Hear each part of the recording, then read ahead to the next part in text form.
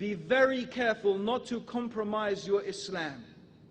Because some people who have nuclear bombs, who build aeroplanes, who seem to have lots of money, and who seem to have lots of technology, and they seem to have done amazing things, so we become so awestruck that we think, because they achieve this, everything they say must be right. And then we do everything to explain our religion on their terms. But the reason why these ideas have come up is because we now feel we have to adjust our religion to make it fit these ideas that are coming out from the West. We find Muslims bending over backwards to change our religion to make it fit these ideas, but these ideas are corrupt, and they will prove to be corrupt, and Islam will prove to be correct, and we Muslims will have to stand and we'll say, oh dear, Islam was right all along. Do we need that to happen? Don't we believe in Allah? Don't we believe Allah knows everything? Don't we believe that Allah is the most wise? Do we believe that we have to justify our religion in the terms of what they say? No. Islam is the haqq. It's the truth. And time will prove that Islam is the truth. But in that time, brothers and sisters, don't leave your religion. Don't abandon Islam. Don't adjust the truth to make it fit with the falsehood. No. Be patient. Don't be amazed by these people and the way they are and the things that you see. Be amazed with Allah. Be amazed with the sunnah of the Prophet sallallahu alaihi wasallam. This is a much better thing, brothers and sisters, to be amazed with. There are a few things now, before we just finish the talk, that we could say are a little bit controversial. Yes, Islam gives women, without doubt, and recognizes their humanity. Islam gives women and men their rights by defining for them the natural position and the natural situation which the men should adopt and the women should adopt. And this is liberating them so that they can fulfill their true nature, just like letting that dolphin out into the ocean, just like paying the worker their wages. Islam is liberating us from the false ideas and the oppressive ideologies and returning us to our natural condition which Allah created us. But some people have some questions about some certain things in Islam. One of those is the hijab. One of those is the issue of polygamy. One of those is why 2 women witnesses to 1 male witness. One of those things is how come the man can divorce the woman and the woman can't divorce the man, except she has to go to court. And how come Islam allows a man to beat his wife? Now it is worth answering those questions. It is worth answering those questions. Let us start with the last one. First of all, let us examine the verses. Let us examine the verses that talk about this. The Quran does not say, and the man can beat his wife, just like that. The Quran is clearly telling, first of all, that Allah has given the man a responsibility to ensure that his family, his wife, his children are following the straight path that leads to Allah, the straight path that leads to paradise and goes away from the hellfire.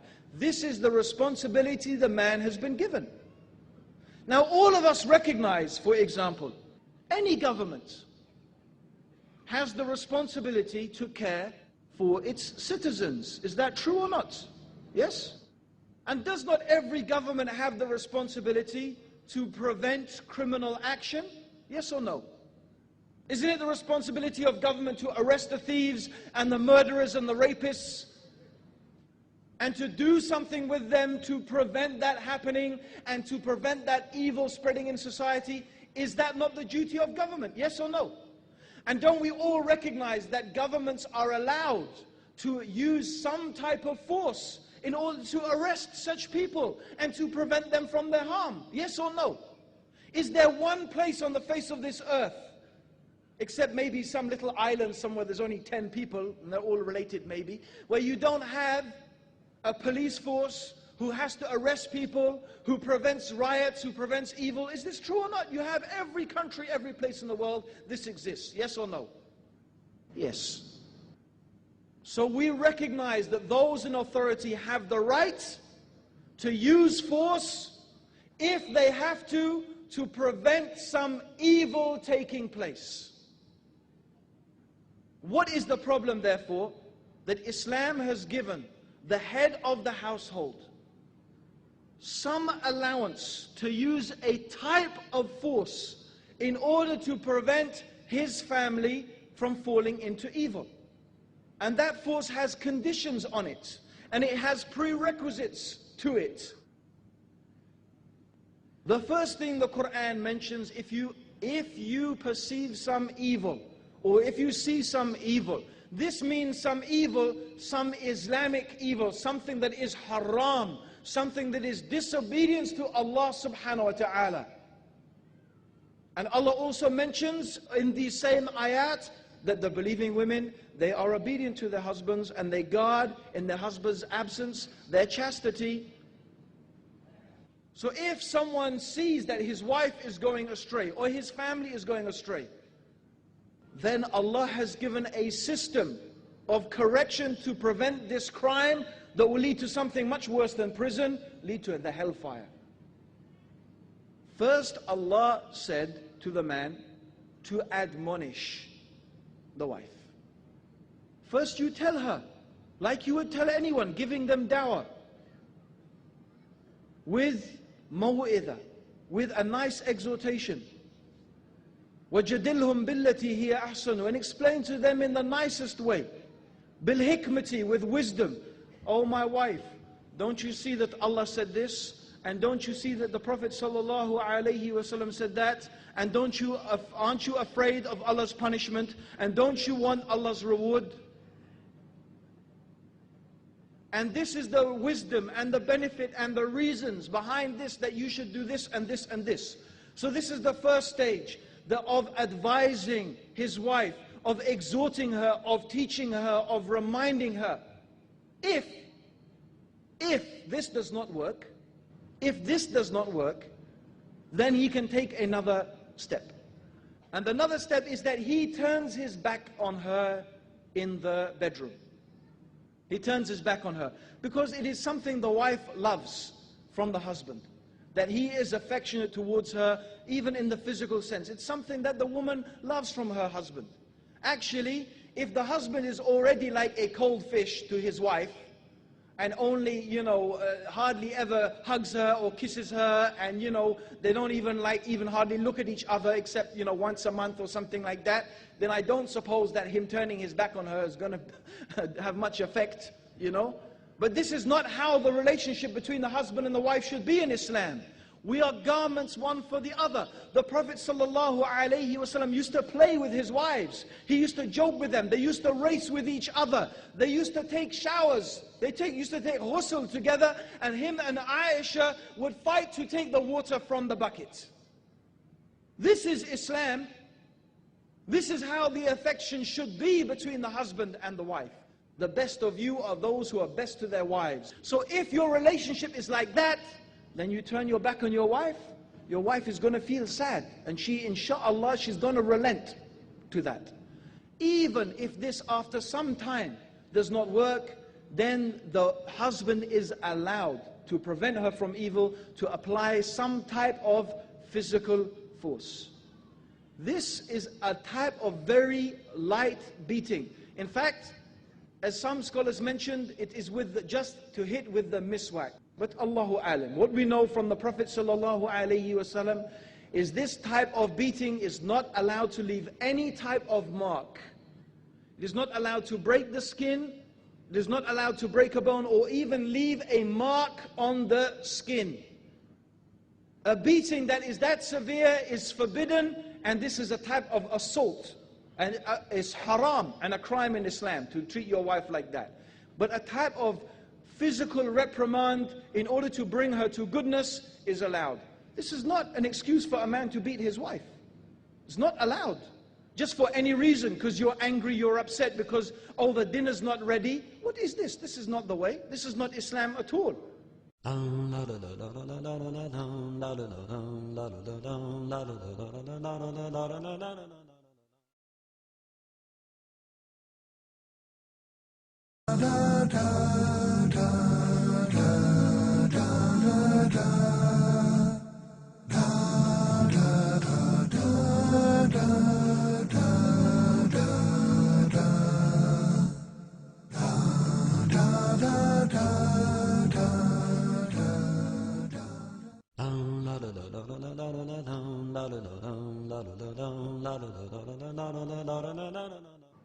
In fact, the Prophet ﷺ hated that people should beat their wives. He did not like that people should beat their wives. In fact, he said, the best of you are not those who beat their wives. And in fact, he used to prohibit it until Umar actually came and complained that we cannot keep the women under control, that we have to allow some type of physical thing for us. And the Prophet allowed it, but he said, but the best of you are not those people who do it. You shouldn't ever have to even raise your hand at your wife. But in an extreme situation, Allah has given the man a degree of authority in order to prevent them, to save them from the hellfire, then this small type of allowance has been given. This is to do with the fact that Allah has given the man that responsibility and that authority, and Allah will question him about it. Okay. The second thing is about the witnessing. 2 women witnessing to 1 man. This is due again to the nature of the woman and the nature of man in society. In general in Islam, the woman is the one who cares for the children, who cares for the family, and she has that task and that responsibility. Whereas the man in general is the one who is earning the livelihood, earning the money, and that is his responsibility. Therefore, in these issues of financial transactions, we need 2 women witnesses, one to remind the other. But this is only in this area. There are other areas where women are more expert. For example, in the issue of childbirth, or in many other issues, we could say that the women are expert and we don't need 2 women witnesses for 1 man. In fact, the witness of a woman will be more valuable than the witness of a man in those instances. But it is only in this specific, some few specific cases that Allah subhanahu wa ta'ala made that the case. Now the issue of polygamy. Actually, this is going to be, maybe sound strange to people, but polygamy is not for the men. It's not for the men. Anyone who was in polygamy, any man who's in polygamy will know that the polygamy is not for the man. I know, I was there once, okay? And believe me, it's very, very, very hard. Really, polygamy, you know, the men, they dream, of course. They say, oh, 4 wives, you know? Oh, fantastic. Yes, yes. That's your dream only. Actually, the reality is that polygamy is something that is for benefit for the women. But very few women realize that, and very few women take advantage of it. It's very sad, actually. On the behalf of the women, it is sad. Because really, the benefit of polygamy for the woman is for those women who are divorced, and those women who are widowed, and those women who do not have a husband to care for them. The benefit of polygamy and the wisdom behind it is to allow those women to enter into a proper, fulfilling relationship and not to fall into something haram. I'm not saying this is the condition. It's allowed in Islam for a man to marry 4 virgins, but this is not the benefit. This is not the wisdom. And all of the marriages of the Prophet ﷺ, except the marriage to Aisha and Zainab, and both of these were ordered by Allah through revelation. Both of those marriages were ordered by Allah to revelation. But if you look at all the rest of the marriages of the Prophet ﷺ, every one of them had a social or political benefit. Either the benefit was in building the relationship with some tribe, or he was helping one of the wives of his companions who had died, and he did it out of care for them, and so on and so forth. All of them had a benefit. And in fact, this is something that in society generally is beneficial for the women. And it's advantageous for the women. And if the woman could only get over her jealousy and understand that benefit and love for her sister, what she loved for herself, and none of you truly believes until you love for your brother and your sister what you love for yourself. If they realize that, they would understand the benefits of having another sister or another two sisters that could help you with your house, with your children, with their education. And really there are societies, Muslim societies, who understand that benefit and really get so much from this thing. So actually polygamy, alhamdulillah, it may be harmful for the first wife because she has to share her husband, but since when in Islam are we only concerned about ourselves? This is not our religion, to be so selfish and to be only concerned about yourself. So Islam is something you see even in the issue of polygamy. It's something that is helping the women as well, of course, as helping the men. Because another thing I mentioned is the men have a certain weakness. And that weakness that they have without a doubt is in controlling their sexual desires. So Allah has given all the halal way for the man to fulfill that. The halal way. This means we've got no excuse for girlfriends to visit prostitutes and to have all these haram things, which you find the people, they talk about one man, one wife in America. You know what Bill Clinton was doing? Monica Lewinsky. And then there was the now dead president of France, Mitterrand. In his funeral, suddenly there appeared a woman and 3 children. Was his mistress for 20 years.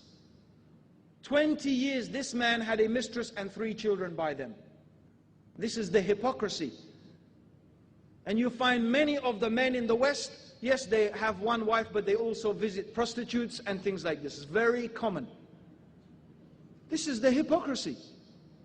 But Islam is the just way that's giving everybody their true rights. Now, one thing we want to talk about finally, hijab.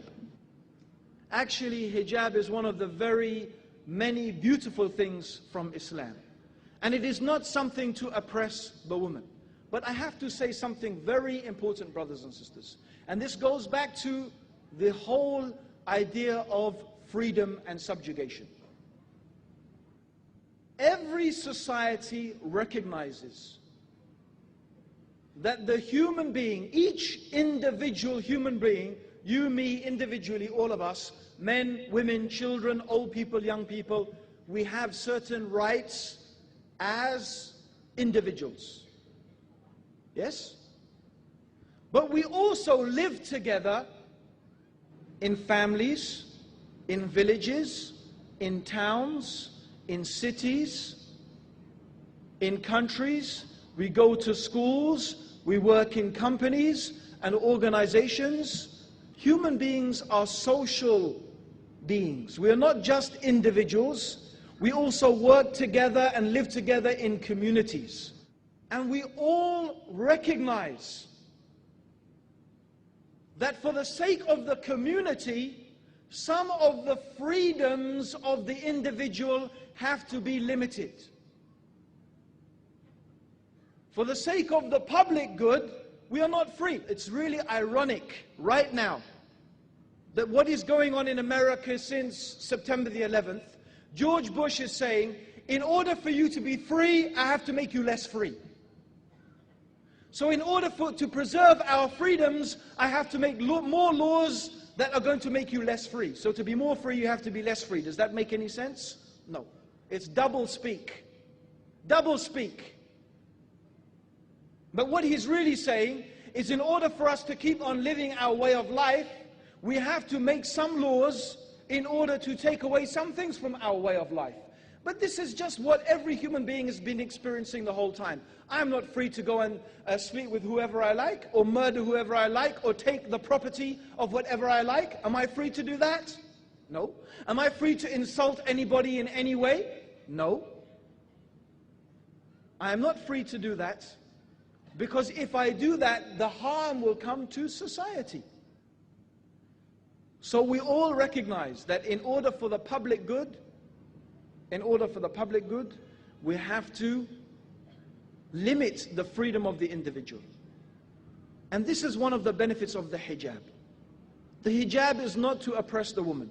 Actually, Allah subhanahu wa ta'ala mentioned the wisdom behind the hijab.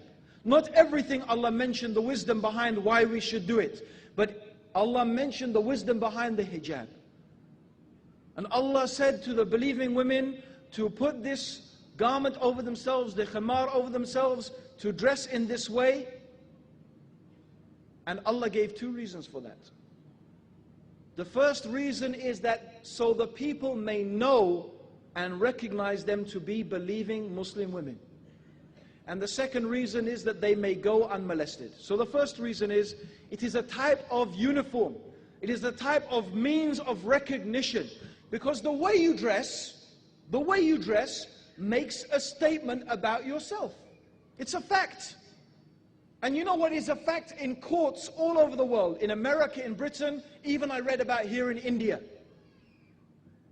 Many women who have gone to court and who have been raped, either the rapist had a very small sentence or no sentence at all. And due to what reason? Because the woman was dressed in a very provocative manner. She was dressed in a very, very provocative manner and behaving in a very provocative manner.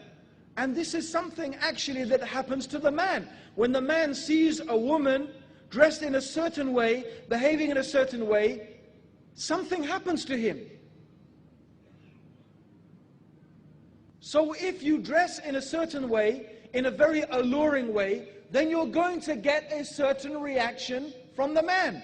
It's called the birds and it's called the flowers and the bees. Yes? You have the flower, pretty flower, light colorful petals, and the flower lets out a nice scent. So the bee is flying along, bzzz, and the bee picks up the scent of the flower. Ooh, it smells nice. And he sees the pretty colors of the flower, and so the bee goes to take the nectar from the flower. That's what happens, yes? It's nature. So when the woman's hair's all here and her lipstick and she's looking all beautiful and this and that, the man, like the busy bee, he says, "Wuzz," right? And he can't help going towards the beautiful flower. He can't help that. It's the nature. But the problem is it causes lots of problems. Lots of problems, because that girl is someone's daughter or someone's wife or someone's aunt or even someone's mother. And the evil consequences of this are so many. So what does Islam do? The woman takes responsibility. She takes social responsibility. She cuts the doors to this evil by covering her beauty. Her beauty is for her husband. She covers her beauty. And also when people see her, they say, no, this is not a woman who is interested in hanky-panky. This is not a woman who's saying, come over here, talk to me, don't I look beautiful? Maybe we can go out tonight. No, because she's dressed, she's covered herself in loose clothes. She's covered her hair. She's covered her face, her hands maybe even. And it makes a very clear statement. I am not interested in these things. I am a Muslim woman. I am a believer. I am for my husband and my obedience is to Allah. I tell you something amazing. In England there was this whole issue of hijab, and so one female reporter for the Independent newspaper, it's a big broadsheet newspaper in England, she dressed one day in niqab, you know, with the hijab and the niqab and all of that, just to see what it was like. And she was absolutely amazed. She said, I was given so much respect. So I've traveled on the tube now for 15 years. For the first time, a man got off his seat and asked me to sit down. People were holding doors open for me. She said, I sat in the office and no one disturbed me. And I really enjoyed it. I really enjoyed the fact that I didn't have to care underneath what I was wearing. I could wear whatever I like. I didn't have to put on my makeup and make sure I was looking so beautiful so everyone's going to look at me. I could just be myself. This is what she wrote. And I was amazed. She said, I probably couldn't do it every day, but I have to say, all in all, it was, apart from being a bit hot, it was a positive experience. This is what she got from that. So the hijab really has many, many benefits. In fact, we could give a lecture just on the benefits of the hijab to society and to the individual women. But one of the reasons Allah gives is so that the people will know she's a believing woman. And actually, the second thing is the same. She will be unmolested. Because she is not showing and displaying herself as a sexual object, she will not be treated as a sexual object.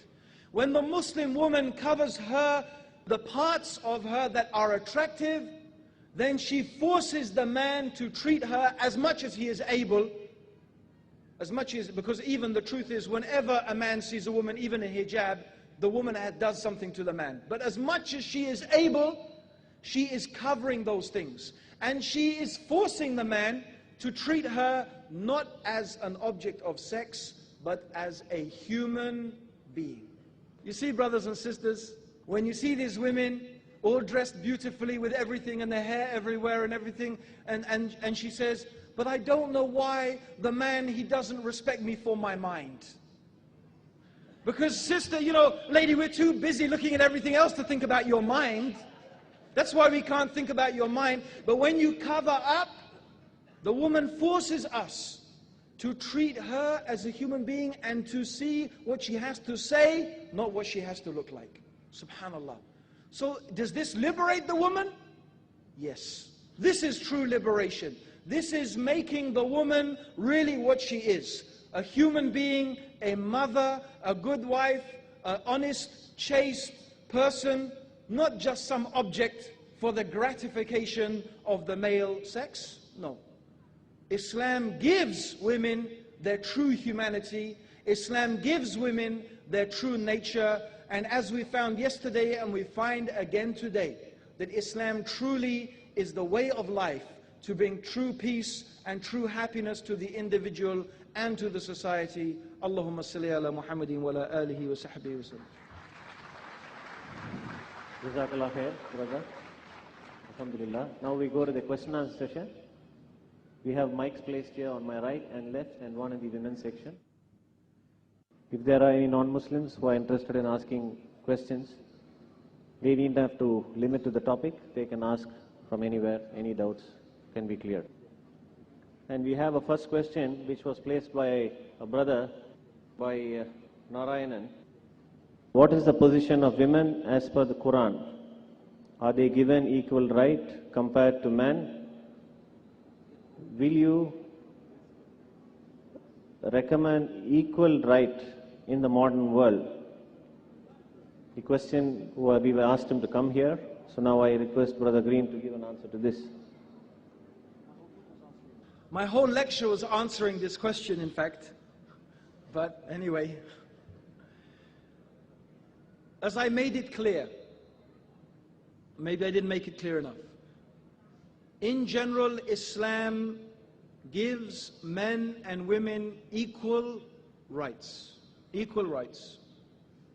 Whatever Allah has ordered to the men, Allah has ordered to the women. In general. Whatever rights Allah has given to the man, Allah has given to the woman. In general. So generally the rights of the men and the women are the same. What Allah has ordered for the men, Allah has ordered for the women. There are only a few exceptions. Number one, we need two women witnesses to one man witness in crimes, so on and so forth. We need two women witnesses to one man. That's one difference. The other difference is in inheritance. The woman only inherits a half of what the man inherits. And this is not injustice at all.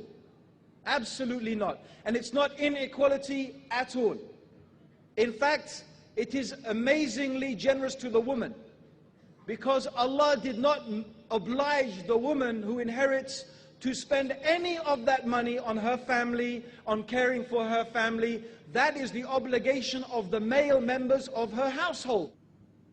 Allah made men the maintainers and protectors of women. If not her husband, then her father. If not her father, then her brothers and her uncles, and so on and so forth. They are obliged to maintain and protect the woman. The woman should not have to go out and work. It's her right to stay at home. It's her right to look after the children. And if the male members of her family cannot do it, then the society and the government have that responsibility. So when a woman inherits, it is only for her. When a man inherits, he has to spend from that money for all of the women under his care in the family. So that is justice that he gets more, because he has much more obligations. Okay? So this is the wisdom behind the woman, she only gets half the inheritance. And another thing I mentioned is that the woman is not allowed to divorce her husband by saying, I divorce you. In order for the woman to get a divorce, it's permissible for her to get a divorce, but she has to go to the judge in order to do that. This is due to a difference and a weakness in the woman. The woman is more emotional. She needs to be like that in order to care for the children.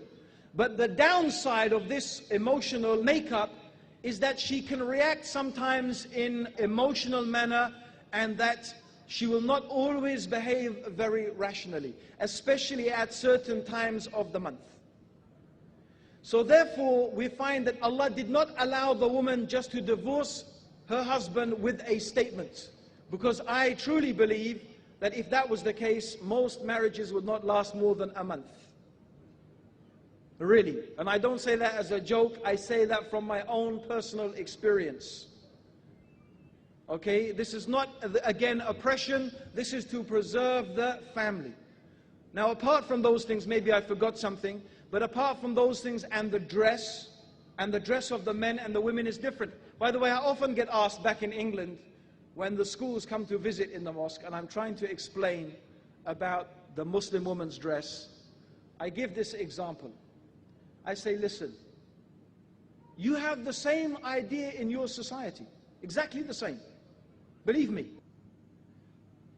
If you have a boy and a girl walking down the street together, yes, and the boy is wearing shorts only, and the girl is wearing shorts only, and I mean shorts only, nothing at all on the top, which one will get arrested?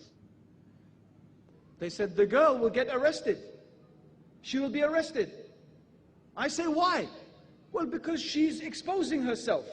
But the man's exposing himself as well. Yes, but the girl, she's not the same as the boy. I said, thank you very much. That's what I've been saying all along. The men and women are different. Only the difference is in Islam, our standards of morality are better. What the woman has to cover is not only her, it's all of everything.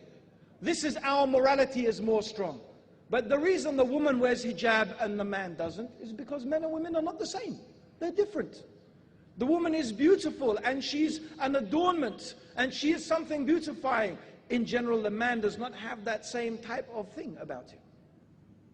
So there is a difference between men and women, and Islam recognizes those differences. But in general, the rights of the men and the rights of the women are the same, except for those specific cases that are mentioned as to be exceptions in the Quran or in the Sunnah.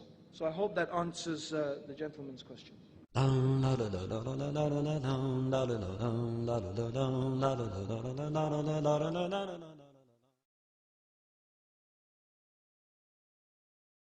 Choices, chances, dreams and goals, many mixed emotions in my heart and soul. For some I made a plan and did the best I can. If God wills, things can happen, after all I'm just a man.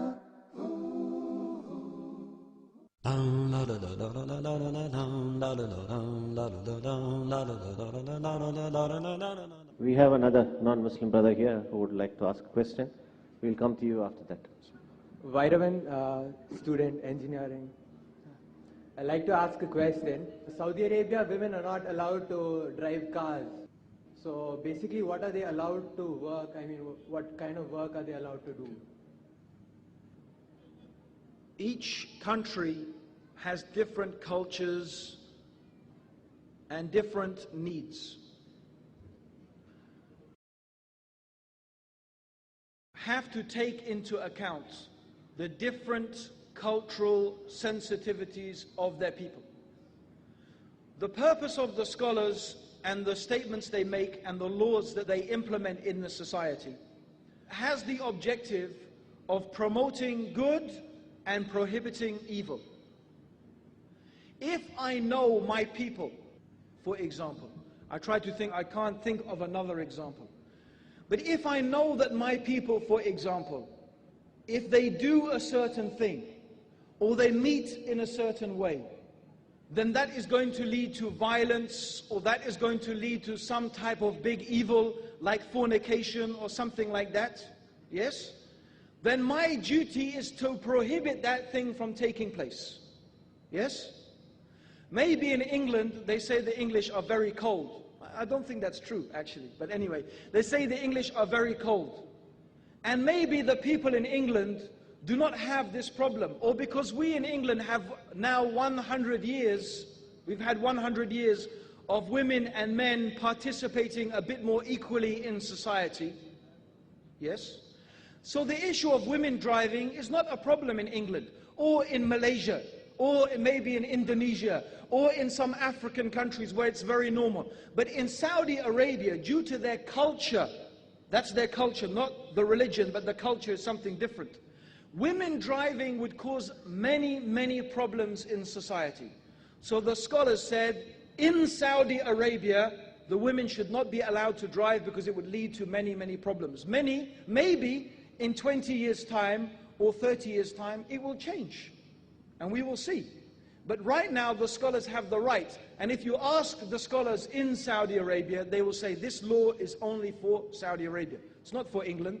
It's not for India or Pakistan or whatever. No, this law is for Saudi Arabia because this is our people and we know our people and we know this thing will have a harmful effect on the society.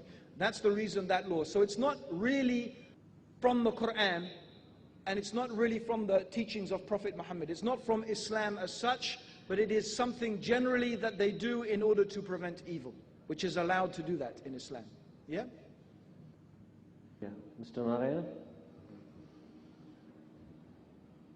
I would like to know why women being denied a seat on these days, despite their holding coveted position in the world, like heading a country. Could you speak louder, please? Yeah, and I think he says, why something to do with Muslim women leading the country? Yeah, despite Yes. their heading a state, and is it male chauvinism when Okay, well, I think I understand your question. One of the things that is true that Islam does not allow, and certainly we say it does not encourage it, and I would say it is correct to say Islam does not allow it, is for a woman to be the leader of a country. In fact, in general, Islam does not encourage the women to be in charge of the men, or even for the women always to be in charge of their own affairs. You see, if you look at even in the prayer, when the woman is the imam, she is standing next to and in the same line with the other women, not in front of them. I wonder why. And in fact, sisters, you know better. And my wife is always telling me, oh my husband, you don't know what women are like. I say, it can't be that. You don't know what women are like. They are like this and they are like that. And they are like such and such and this is from my wife. From my wife. And we find that women have something in them that they get very easily jealous, and as my wife says, they can be very catty, you know? You know, they scratch each other too much, you know? And so this thing between the backbiting and the snide comments and these things about the women is something that happens amongst them. So leadership for women is a big trial and a big tribulation, and it's not something Allah put generally in their nature. In fact, the Prophet ﷺ said that no good will ever come to a country who has as its leader a woman. And this is an authentic saying of the Prophet ﷺ. This is not because women, again we go back to what my whole talk was about. It's not because women are inferior and because men are superior. It's because Allah didn't make women good at that. Allah made the women good at plenty of things. And Allah made the women good at things that men are absolutely no good at. For example, brothers, how many of you can stand listening to a baby crying for more than about 5 or 10 minutes? Me, I'm telling you the truth. If the baby is crying, I'm saying, someone pick out that baby, someone stop, do something. But for some reason, the women, they can listen to a baby, and they have to. They have to get on with their work. You know, the baby sometimes cries, it just cries. It doesn't really need anything except to be picked up.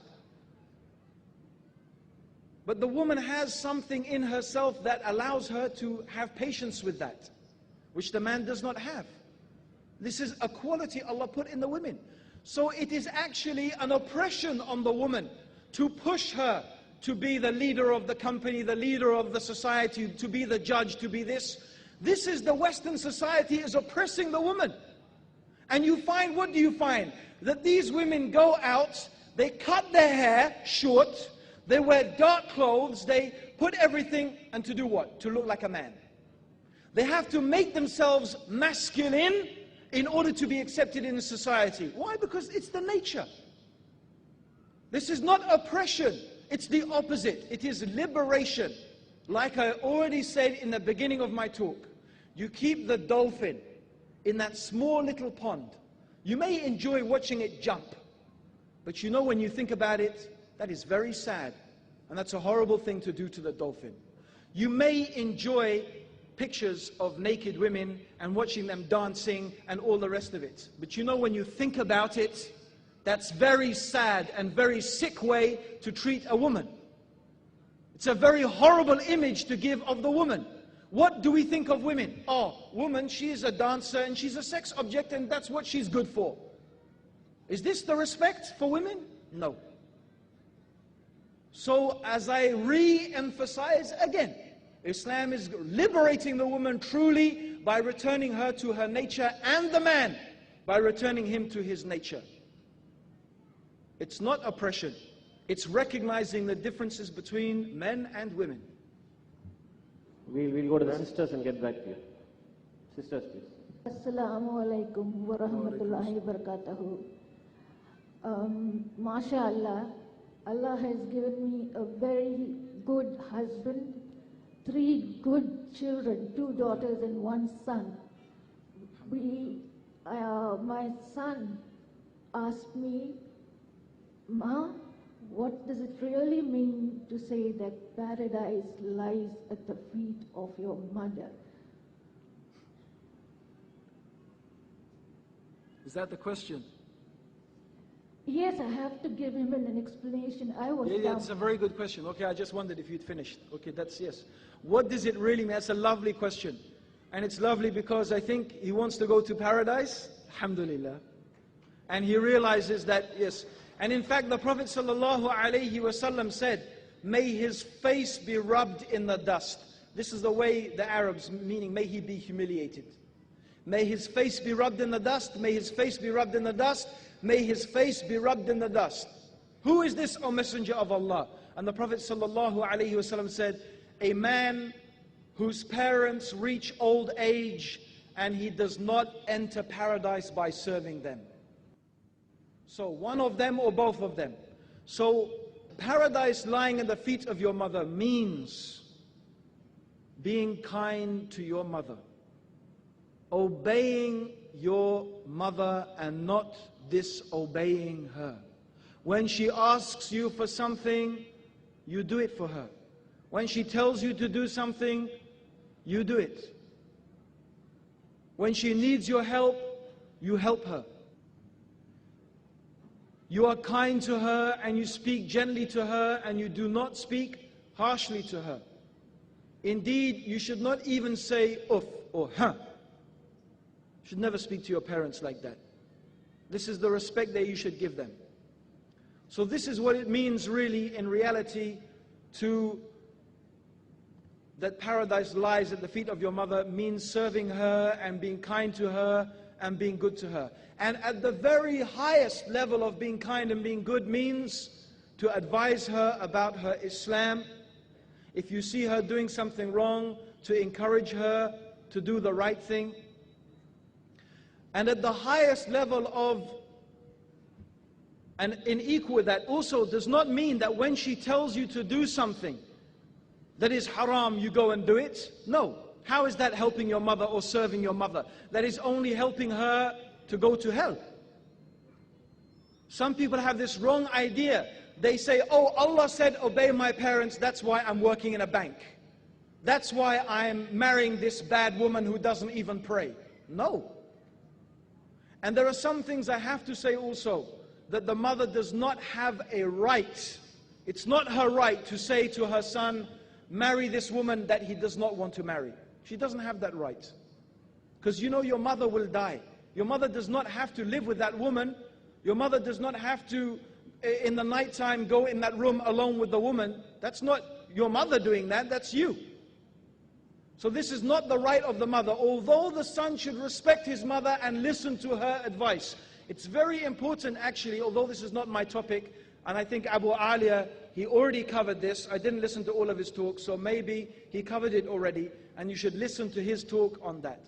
But it's very important for us to understand that the son has certain rights that are his rights. It doesn't mean the mother can order him to do everything. But in those other things, like helping her and serving her, he should do everything that he can. And this is what it means, and Allah knows best, by paradise lies at the feet of the mother. Wallahu alim.